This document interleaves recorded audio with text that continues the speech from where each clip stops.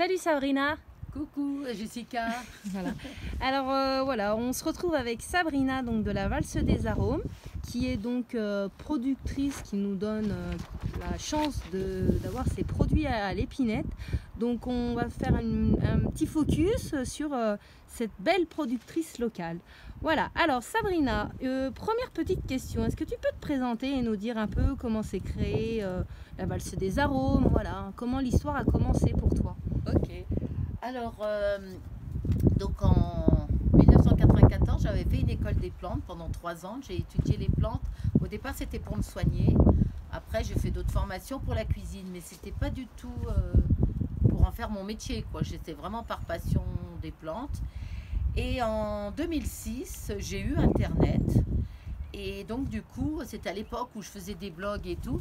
Et je discutais avec des filles au Canada de recettes et tout. Et puis, c'est les filles qui me disaient, ouais, Sabrina, c'est dommage. Un jour, tu vas mourir et puis tout ton savoir, il va disparaître faisant une activité professionnelle. Parce que moi, à l'époque, je bossais, je faisais un peu plein de boulots différents. Et je bossais aussi dans les magasins bio, mais je ne pensais pas du tout me mettre à mon compte. Et donc, c'est comme ça qu'en 2006, j'ai créé la Valse des Arômes. Et d'ailleurs, même pour trouver le nom de la Valse des Arômes, comment ça s'est fait, un jour, je longeais un cours d'eau. Et puis, je me disais, ah, tiens, j'aimerais bien trouver un nom pour mon entreprise. Et d'un coup, c'est venu la Valse des Arômes. Et le lundi, je suis allée le déposer à l'INPI. C'est comme ça que l'aventure a commencé. Et donc au départ, bon, j'animais des stages et des ateliers pour que les gens reconnaissent les plantes sauvages, que ce soit pour l'utilisation pour faire leurs cosmétiques, leur cuisine, ou même des petits remèdes pour se soigner. Et pour le sel, en fait, comment le sel qui est aujourd'hui commercialisé, comment c'est arrivé sur le marché, en fait, c'est qu'un jour, j'ouvre mon placard, j'avais par exemple de la poudre de prêle, de la poudre d'ortie, de la poudre d'origan. Et je me dis, mais en fait, j'ai plein de poudres de plantes, mais en fait, je les utilise rarement. Et c'est là que je me suis dit, bah, je vais les mélanger avec mon sel. Et comme ça, j'aurai un peu avec de silice, avec la prêle. Avec chaque plante, elles vont m'apporter quelque chose. Et le fait d'y mélanger dans le sel, parce que le sel, on est bien d'accord, on l'utilise tous les jours. Et comme ça, j'aurai tous les bienfaits de ces plantes. Et en fait, c'est comme ça que mon sel aux herbes, l'aventure a démarré. Et au départ, ben pareil, hein, je le faisais que pour moi. Et après, ben, j'ai eu plein de copines qui m'ont dit, ben, commercialise-le, parce que ben, c'est super bon dans les plats. Donc du coup, voilà comment s'est démarré l'histoire du sel. Et maintenant, c'est le sel des montagnes. Pourquoi? Parce que c'est des plantes que je cueille dans nos montagnes, vers l'abbaye de Tamier. Tout ce qui est ortie, origan, serpolet, et puis d'autres plantes sauvages, quoi. Donc voilou. Ok, ça marche. Et du coup, qu'est-ce que tu proposes un peu donc on voit que tu as le sel des montagnes.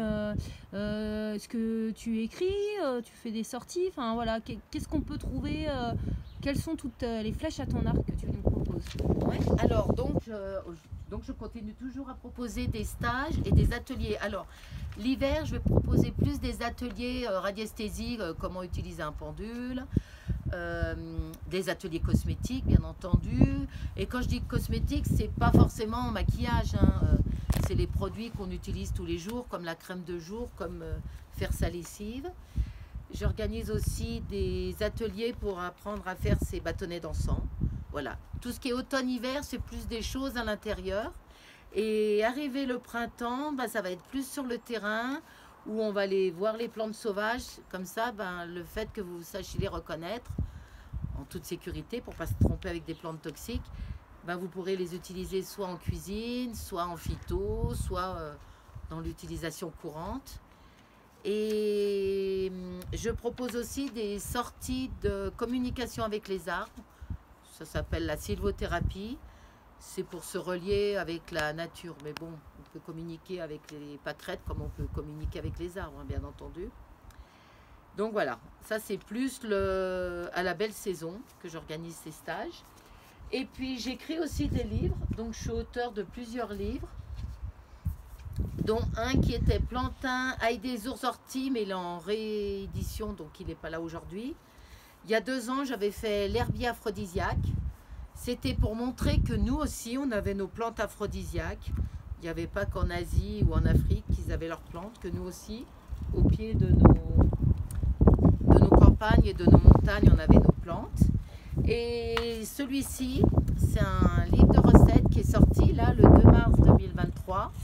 C'est un livre de recettes en fait vraiment pratique. Parce que moi je suis vraiment dans le côté vraiment pratique.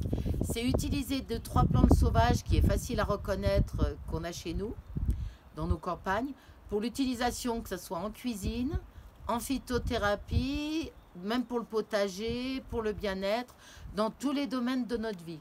Je vous ai même mis des recettes avec certaines plantes pour teindre le linge.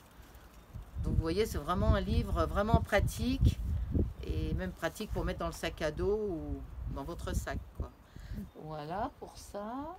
Un peu une mine au trésor, quoi. Disons que dès qu'on a un souci, on prend le livre et on trouvera la réponse à tout. Regardez, même pour faire des tablettes pour votre lave-vaisselle, qu'avec des plantes. Ouais, c'est vraiment comme le plantain lancéolé, le noisetier, la consoude, l'armoise. C'est vraiment les plantes qui sont faciles à trouver sans être forcément botaniste. Voilà. Puis les recettes de cuisine, elles sont vraiment faciles. Hein. C'est vraiment des choses... parce que moi, je joue plus sur le côté courant et facile, quoi. D'accord. Local. Et donc, comment on peut faire pour te contacter, pour participer à tes stages ou découvrir tes produits Alors, j'ai un site internet qui s'appelle www.lavalsedesarômes.com, donc il y a tous mes stages et puis vous pouvez vous inscrire à mes stages, à mes ateliers. Et puis aussi la vente de mes produits. Après, il y a plusieurs... moi, j'habite Faverges. Par exemple, pour trouver mon livre ou mon sel, il y a d'autres points de vente dans la région ou même dans d'autres régions. Par exemple, mon sel, vous pouvez le trouver à l'association L'Épinette à Settenay, à la boîte à Mélisse à Faverges, et puis d'autres points de vente. Mais tous ces points de vente, ils le sont sur mon site internet. Parce que je pense pas à tout, et que ça soit pour les livres ou pour le sel ou pour mes stages. Ok. Voilà. Et du coup, pour terminer, l'épinette et toi, du coup, pourquoi, qu'est-ce qui t'a motivé à participer à cette aventure d'épicerie voilà, en 2 mots, quel est un peu pour toi le ressenti, qu'est-ce que tu trouves à l'épinette? Moi déjà l'épinette, c'était comme j'ai vu déjà, c'était une épicerie vraiment, c'est associatif, ça n'a rien à voir avec une grande surface. C'est que c'est déjà ce côté local déjà, d'être déjà qu'avec des producteurs, c'est vraiment, alors là c'est vraiment local. Et c'est vraiment ce côté humain, comme quand on se rencontre, on partage des moments ensemble. Voilà, parce que moi par exemple, si je vais dans un magasin faire des courses, j'achète le produit. Voilà, bon après je le consomme, mais je veux dire, il n'y a pas ce côté humain. Que là, on se rencontre entre nous, c'est vraiment des échanges, quoi. Ouais, c'est vraiment... comme en fait, moi j'ai vécu à la campagne, parce que moi je suis née à Annecy, par exemple, j'ai habité Sallenauve, c'est un petit village. Il y avait la petite épicerie locale, et quand on allait à l'épicerie, c'est vraiment un échange. C'est pas que d'aller acheter ses 6 œufs ou ses légumes. C'est ce côté où on retrouve vraiment, ce côté vraiment local.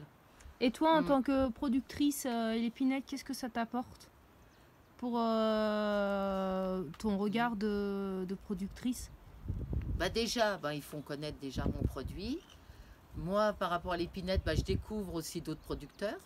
Parce qu'il ne faut pas mentir, moi, grâce à l'épinette, il y a plein de producteurs que je ne connaissais pas. Du coup, on peut échanger ensemble et puis goûter leurs produits. Voilà, c'est vrai. En fait, ces petites, que ce soit l'épinette ou la petite épicerie, vraiment, comme on disait, comme moi j'ai connu, ou le camion qui venait dans les villages, ça c'est vraiment le côté, on ne peut pas trouver dans un magasin, c'est pas possible, quoi. Ok. Ouais. Et merci pour tout. En tout cas, Sabrina, nous avoir partagé un peu un bout de toi, de la valse des arômes. Donc, comme vous l'avez entendu, vous pouvez retrouver tous les produits, tout ce que fait Sabrina à l'épinette les samedis et sur son site internet. Donc, n'hésitez pas à la contacter. Voilà, elle est sur Faverges. Et merci pour tout. À très vite, Sabrina. Merci.